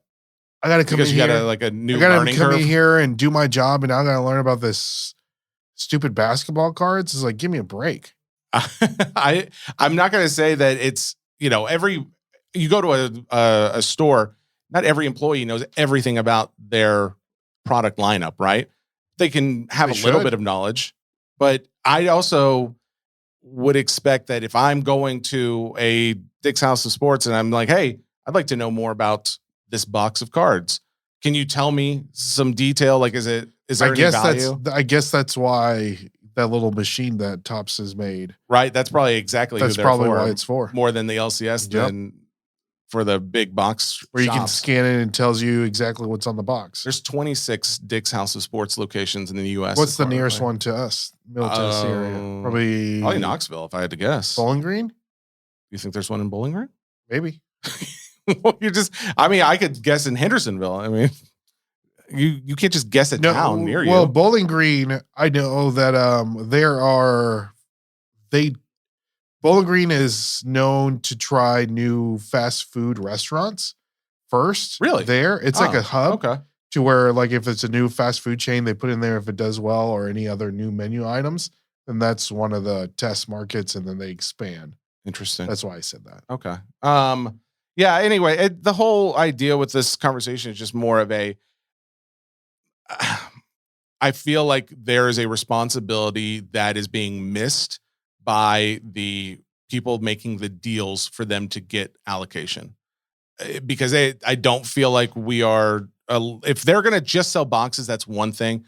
But the fact that we're selling singles makes it very much feel like an LCS, and LCSs have responsibilities to the customers if they want to continue to have that allocation. But I don't think that's the case with Dick's. If Dick's gets allocation, they don't have the same kind of standards. It doesn't seem like, at least. Yeah. Because how could they? How could they have the same standard of education and being there to promote a community when they're also over there selling cups and lacrosse equipment and anything else that has to do with sports and not cards? Unless you have a particular person that's their single job is to just sell maybe cards that are in the class. By the way, I don't think there's one in Kentucky, so that one's out. It is Knoxville is the closest Knoxville? one. Poké Pay. When I say Poké Pay, does that mean anything to you? Nope. Uncle's Fish Market Bar and Grill. This is for a shout out to our Hawaii listeners. Apparently, there is a restaurant, bar and grill. There's a bar and grill in Hawaii that is accepting Pokemon cards as payment for meals and drinks.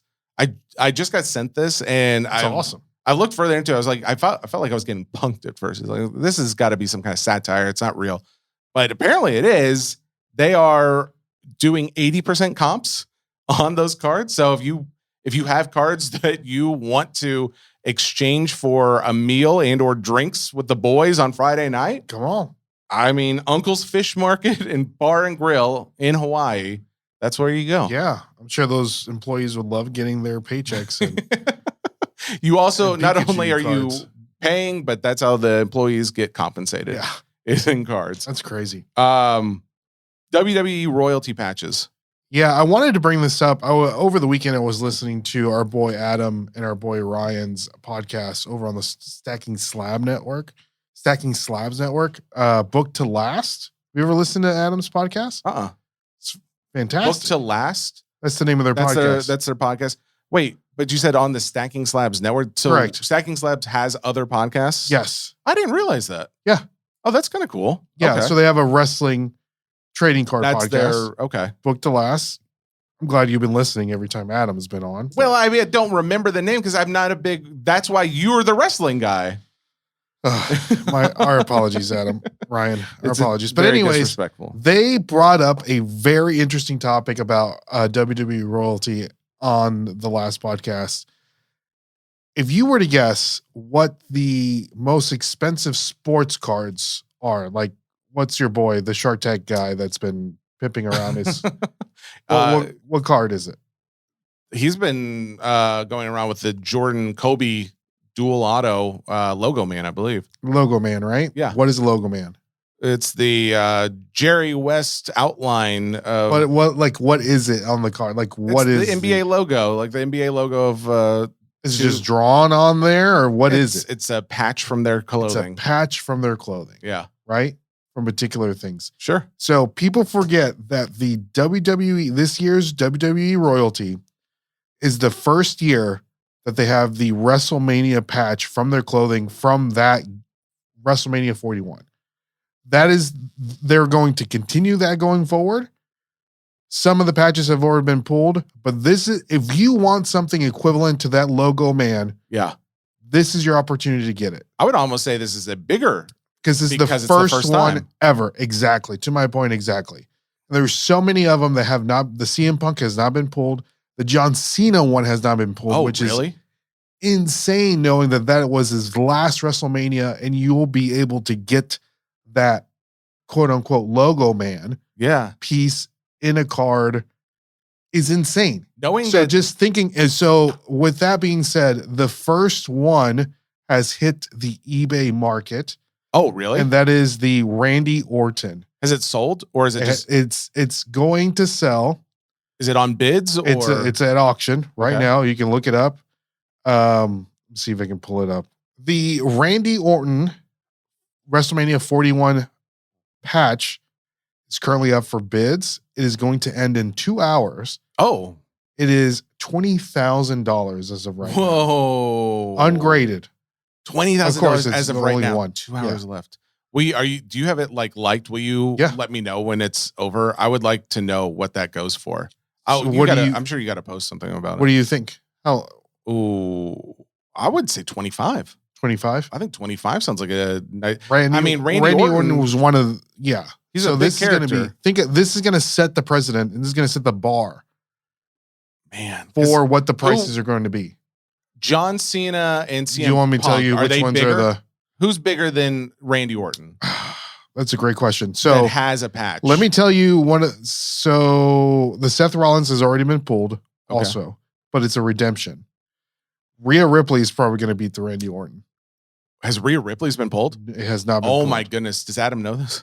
I saw Adam's post about the Becky Lynch has been pulled. Oh, he's a Becky Lynch guy, not Rhea That's Ripley. the one that was pulled in China. That's right. So the Becky Lynch has been pulled. Charlotte Flair has not been pulled. Wait, he's not Rhea Ripley, though. He's a Becky Lynch guy? Correct. That's two so different weird. people. No, I know. But maybe I'm just saying Mama is where I hear Rhea Ripley all the time. Mama breaks Stephanie's into Rhea Ripley. I'm going to have to show you the roster so you know what these people look like. No, I know. I can actually, I can picture Rhea Ripley, but now I don't know if I can picture Rhea Ripley. Rhea. That's my bad. All right, thank you. Becky Lynch. Don't disrespect mommy. Did you wish her a happy Mother's Day yesterday? I didn't. There's a lot of moms in the world that I didn't. But not mommies. She's not a mommy. She's mama, if anything. We're talking about Rhea Ripley. What do you mean? Oh, I just saw that's her nickname. Yes. I heard that the other day. I thought we were talking about mama still because you're saying mommy after I said mama. Okay. Mommy. I got you. No, I didn't. So anyways, Charlotte Flair, CM Punk, John Cena, Tiffany Stratton. I would say John Cena is the one. The biggest one. So we're going to be breaking on Friday. 3 cases. Knowing that they're sitting in my house right now, there is a real temptation to go and rip some of that product. Knowing I can't is the only thing that would stop me. And have you seen the prices on those boxes have been? It's insane. Yeah, I think they're like up to like $1,500. Is it really? Yeah, they've been skyrocketing. What? Dang, dude. Well, it's a problem. I mean, it's a problem, and it's a problem if you didn't already have it. It's a problem if you want to get it because it's just they are crazy prices right now. It's not just you. It's the Toy Story I'm doing on Wednesday is also very similar. Like knowing what I broke it at last week about that alien card and what it's being. I know because you missed the creator sketch. Dude. I know. I text you. I know you did. I text you. I had it on Do Not Disturb. Oh, it does sting. But knowing like having to increase pricing on all these products on these next waves of product does sting a little bit, right? I don't love doing it. I just want to make sure people are getting value. Or at least they love the cards. In the Toy Story world, I know there's a lot of people who are getting these cards and they are just keeping them. They're not hitting the markets. So that actually kind of makes me happy. But on the other hand, there are others that prices go up, and I feel like we already covered the negative sides of the hobby. I feel like there's only so much you can talk about per episode where it's like, okay, we get it. The hobby's not perfect. There are issues with it. I'm going to move on. I'm very happy to hear that there are still a number of these patches out there and available. So if you want a patch, and some of them are like we have Ray Phoenix, which is a great luchador up and comer. His spot is like $30. Okay. So for $30, you can be able to have a chance to pull a WrestleMania 41 patch auto. What's a character that still has a patch left out there that you're aware of? I'm not aware of all of them. Maybe I'm going to go and buy one. Jacob Fatu. Fatu? Yeah. Jacob, the Samoan werewolf. Oh, yeah. I like a Samoan guy. He's amazing. Okay. I would pick him up immediately. What would you do with him once you picked him up? I would sell because he's going to be a main eventer in no time. He already he wrestled Roman Reigns on Saturday. He didn't win, but he's a main eventer. Why would you sell him if he's going to be a main eventer? Not yet. Oh, you're going to hold until then. So the real answer there was you would hold. Correct. Okay. All right. Correct. The only ones I would sell for sure, right now, Charlotte Flair, CM Punk, basically all of them. Bianca Belair still has one. Bianca Belair is pregnant. She won't be on TV for a long time. Charlotte Flair would be one that you would pick up. Let's go down the list. AJ Styles. No, we've already covered it. AJ Styles is underrated. I'm just trying to think of who I think I'm going to buy. Ron Breakker. It's going to be a main eventer. Ron Breakker. I should buy his. Yep. Ron Breaker's not there. I don't see him. I think he already got sold. Must have gotten sold. Gunther. Right. Gunther. Wait, what about before we change subjects again? Say his name and he'll appear. John Cena has a John Cena event. Never seen 17. John Cena has announced that he is, during his last match, what he did was he didn't invite. He got a bunch of NXT talent to wrestle main roster people. Okay. So the NXT guys, if you don't know, NXT is like the developmental of WWE. And they teach them how to wrestle. They teach them how to do everything you need to do to become a WWE superstar. So he got a bunch of those kids to wrestle some of the main event guys, right? So he's going to be doing that again every year. And then the people are going to get to vote which superstar that they enjoy the best. And they're going to win some sort of John Cena Classic Championship, which is a little gimmicky in my opinion, which they say that we can vote, but this is wrestling after all. So yeah, how does that work? They might pick who we pick, but they're only it's a good way to. I want to make the ballots public. Yeah, it's a good way to put a rocket on someone's back that might need a little bit of a push without it going. Yeah, exactly. And they don't have to win that championship. So they don't have to win. They don't have to win because we're voting who performed the best in our opinion. I got you. Okay, interesting. The more we talk about wrestling, the more I appreciate the entertainment value of it. Because I think I grew up thinking what my parents told me. If you like entertainment, you need to look into Danhausen. Danhausen, that's another person. He's another wrestler. He's super nice. He's very nice. He's very evil. Who's on your shirt right now? This is Terry Funk, the hardcore legend. That's great. ECW though, so he would be in an Upper Deck product. Or did he transition over to WWE? No, this is he only wrestled ECW for a little bit. Oh, okay. He would say, "Mr. Gibson, you egg sucking dog, you." Is that his voice? Yeah, that's how he sounds like. That's cool. I like that. It's known for the Japanese death matches. There was another topic we were supposed to discuss last week that we did not. Rarest Pokemon. Oh no, this was not from the last week episode. Someone sent a text. Shout out to Matt Hull for this. He sent over, by the way, I'm hoping that these blowing of noses gets cut, but in case it doesn't and one of them got missed, I apologize. I got to be able to breathe. The fact that Ray is sick this is a flu game. This is this Jordan flu game right here. He's pushing through. But the Matt Holt reached out earlier today and it was like, hey, what would be interesting was to hear Ray's take on what sets of Pokemon are actually kind of hard to get your hands on, because there's so many that as long as you have the money, you can get the set, but there's got to be some that are rarer than others. So what would that be? Do you have that list? Yeah, I do have a list. I have a list of 3. Okay. The honorable mention. I'm going to go ahead and say the honorable mention because it's a kind of a no-brainer. Okay.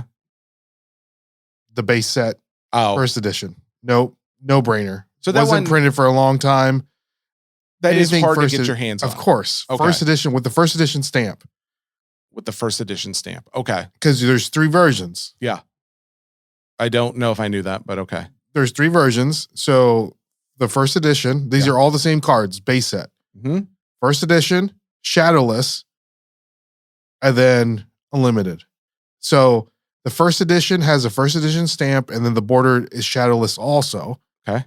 The shadowless only has a shadowless border. Yep. With no first edition stamp. I see. Okay. And then the base set, the only difference is that there is a shadow around the window. Okay, I did know so that. That's how you know. I guess I didn't realize how the boxes were laid out. So there are 3 different boxes, 3 different cards. Makes sense. Okay. But the boxes all look the same besides other than the stamps. The stamp. Okay. So other than that one, that's an honorable mention. Honorable mention. So Skyridge, insane. That's one of the EE reader sets. Oh, yeah. Skyridge came out in 2003, which was the last WotC era Pokemon set to ever come out. Okay. Does that make sense? Yes, the Wizard of the WotC was Coast. Wizard of the If Coast, we remember, Wizard of the Coast used to produce the Pokemon cards until the Pokemon International took over. And so in one's pretty rare. that time Pokemon was low. It was down. So that's why they kind of got rid of it, and Pokemon wanted to take it over. So they didn't print a lot of it, knowing that they were going to transition into a different manufacturer. Interesting. Okay. Got it. Skyridge, just those cards or that set features crystal cards, Crystal Charizard and the Crystal Celebi and the Crystal Ho-Oh are in that set. A pack will run you around $1,800. One pack is $1,800. One pack, yes, sir. Jeez. Okay. That's more than, but isn't that more than what the base set costs for a pack? Base set, but not a first edition base set. Ah, okay. What's a first edition base set go for? Do you know? I don't off the top of my head. Okay. That's all right. Continue. EX Deoxys. Okay. That's also EX Deoxys came out in 2005. Oh wait, isn't EX Deoxys? Isn't Deoxys a Pokemon? Deoxys is a Pokemon, but this is just the set. I don't know. Are there any other sets where it's named after one? This is not named Pokemon? after a Pokemon. This was not named after. Wait, so they named a set and then they said, "Hey, we like this name of that set so much, we're gonna name a Pokemon after it." I guess. I don't know if I like that. Well, I don't like the double dip on the names. Come up with your own name. EX Deoxys, super hard. Again, it was like around that 2003 to 2005. That's the lowest that Pokemon has ever been. So they didn't print a lot of these sets. Okay. Okay. So this set features some of the gold stars. We have Latios, which are the gold stars, and the best gold star of them all, the Rayquaza gold star, is in this set. Okay. So a pack will run you around $1,600 for this set. $1,600 for this set. A pack. Okay. But these, again, they don't come up that often. They don't come out. Yeah, people don't sell them. All right. These are sets. Imagine what a booster box costs, right? And last one that I want to bring up, the 2004 EX Team Rocket Return set. One of my favorite sets. There are such great cards in this set. This was the first set that Pokemon International printed after WotC. When they traded out. When they trade, exactly. Okay. So a pack's going to run you around $2,000 a pack. And this set features one of the best, some more gold stars, Torchic, Mudkip, and Trico, which are some of the most expensive gold stars that you can get. Dang. Okay. Cool. And what did you say the pack costs? $2,000. $2,000. That's your most expensive one. Correct. Other than a first edition. Would you say that is the most expensive pack other than a base set? I don't know. How the market fluctuates so much, so I wouldn't know what the most expensive packs there are off the top of my head. Okay. But for bang for your buck, EX Team Rocket, in my opinion, is your safest, because there's a Snorlax in that set. There's a Mewtwo in the set that's amazing, and you have a chance to pull one of those 3 gold stars, the Torchic, the Mudkip, or the Trico. The Torchic, dude, it's so expensive because it's so rare. Like, just look up Torchic Gold Star in Card Ladder just to pull up some. Can you do me a favor and spell Torchic? Torchic, Tor, and then Chick. I know how to spell Chick. CHI. Wait, C. C? No K? No K. Okay. Well, I guess I didn't know how to spell it. EX Team Rocket Returns Gold. Torchic Gold Star. Internet's not working. Is it not? I don't know what's going on. It's not. It's doing nothing. So it doesn't. I appreciate you pulling that out, especially being that I sent that to you while you were sick. Oh, dang. Okay, hang on. What? A CGC Gem Mint 10 of that card. 2004 Pokemon EX Team Rocket Returns Holo. Gold Star. Sold in February of this year. $117,000. Trying to tell you. What? I don't even remember seeing this card before. I mean, I've seen a lot of that. Like, there's cards where I know I've seen it, but it's like I don't remember what set it's from or the name. I don't remember seeing that card before, and it's sold for almost $118,000. It's one of the rarest gold stars so you can get. Wow. And it looks like the Japanese one as a PSA 10 sold 3 days ago for $75,000. Wow. Okay. Well, Team Rocket Returns is one of the GOAT sets. Again, it's got the Mewtwo, it's got a Snorlax, it's got an Entei, Articuno, it's got the Dark Dragonite is an amazing looking card. Got some Scizors in there, Tyranitar, amazing set. This set is goated. One of the best sets in the Pokemon hobby, in my opinion. Real quick, because we've been going, this is going to be probably the longest episode we've had. We've got to obviously cut a little bit of time here and there, but I did want to just mention real quick. I saw this thing for the Buzz Lightyear and the new Lorcana set. Did you see? Did I send it to you? Right? Was that you who sent it to me? Yeah. Oh, okay. That's how I found it. Do you know what the set's called? Wilds Unknown. Yeah. Which I think that's a cool name. Are you gonna get a box? If I can find something at a decent price, I will. You should get. I mean, a decent price is everywhere. What do you mean? Oh, it's the same price everywhere? Yeah. Oh, A hobby box isn't gonna be. So it's like not much. $200. Okay. All right, that's good. I didn't 24 packs. I didn't think they had skyrocketed that much, but They're not do going keep to. hearing that Lorcana has been going up in value as of recently, and without actually having done a ton of research and seeing that Buzz Lightyear was like $1,500 Raw. That's a crazy amount. That I didn't expect to see that for a new one. Like, you show me an Elsa or something from like the first chapter sets, I'm like, okay, I can believe that, but a new one, I didn't think that they've been jumping up that high, especially What do you think about the raw card? prices. I thought it was cool. It's not my favorite artwork of Buzz. There's another one in The Woody and the Buzz. Yeah, the Woody and the Buzz looks really cool. The alien is cool too. Oh, is it? Yeah, I haven't seen them all, obviously, but if we're talking about $1,500 in a $200 box, it's not the worst in my mind. Like there's not all these sets out there that are going to have a $1,500 card in it, and the box costs more than that. So it's not terrible. I mean, think about to that point. Oh, that actually, just as a heads up, that has actually gone up in value. It looks like, according to TCG Player, it's now $1,750 almost. Oh, nice. Ascended Heroes, the Pokemon set that's recently was released. If you take all the raw value prices of Ascended Heroes, it has exceeded Evolving Skies in raw price. Is that right? I think I saw that. Yeah.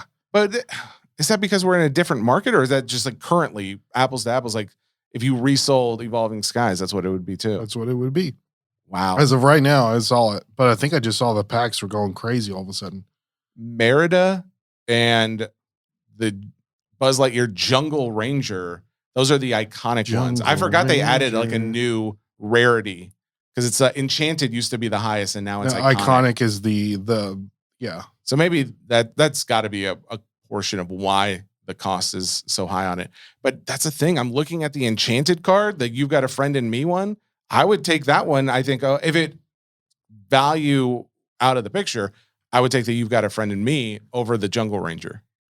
But I mean, it's $300. Obviously, the other one being $1,700. Yeah. If you're going to offer me one, I'll take the Jungle Ranger. But artwork, the fact that you got both Woody and Buzz, that's cool. All right, there you go. It's been a longer episode. Thank you if you made it this far. Shout out to you. There was the one thing that we were going to try and start doing was the Apple. Do you have it? The Apple review of the week? Just real quick. Sleeved Evolving Skies packs have gone up to $87 a pack. That's crazy. So Ray had this idea. One of the things that podcasts, ours included, we rely on is positive reviews. Apple reviews, being Apple and Spotify are like the two biggest podcast platforms. I don't know where you go to read your reviews on Spotify, but I know it's very simple on Apple. And if you go to just Hobby Nonsense and put Apple Podcasts, it comes up right away. it was Ray's idea to do like review of the week. Yeah, But review of the week. What that means though is You can leave a negative review. Just make sure you put 5 stars on it. That's fair, I guess. But the only thing about this is what if we don't have a review that week? Because I mean, there's not a ton of review. Like there'll be reviews, but then it won't have actually words. They'll just have a rating. So well, come on, guys. That's the reason. If you want to hear your name, even if you want to pimp out your business and just leave a 5-star review, we're gonna read it out to you. That's fair. Okay. All right. Well, I don't hate the idea. I think it's kind of fun. There wasn't one this week. The most recent one was April 26th. Okay. What does it say? It says, I love this podcast. They hit on so many sets and topics beyond just Pokemon and TCG. Great job and keep up the good work. There you go. That was from Miles Baker. Shout out to Miles Baker. Thanks, Miles. That's fun. Nice way to end the episode. We'll be back next Monday. You will see myself doing Toy Story breaks on Fanatics Live on Wednesday. You will see Ray doing WWE royalty breaks this On Friday. And then maybe Sapphire on Sunday. Oh, really? Maybe. You dirty dog. That would be fun. Maybe. We got WWE Sapphire. We got 2 cases of it, people. So that'll be fun. And then I'll be on eBay Live Sunday night doing the Slab Show on the Hobby Nonsense channel. So these are places where we say all that to say, yes, if you're into these products and you want to buy breaks, please come buy them from us. Well, we would appreciate it. But if you just want to come hang out and talk and join in the chat, it's not just us talking too. We've started building really fun, cool communities. It's just a lot of really cool people there. So if you just want some place to come hang out, those are also opportunities for you to come. So thank you all for listening. We will be back next Monday. And until then, Ray. Next Wednesday. Thank you so much. Thank you. Keep breaking the fourth wall. I know. I'm an idiot. Ray, feel better. Okay. Thanks. All right. Goodbye.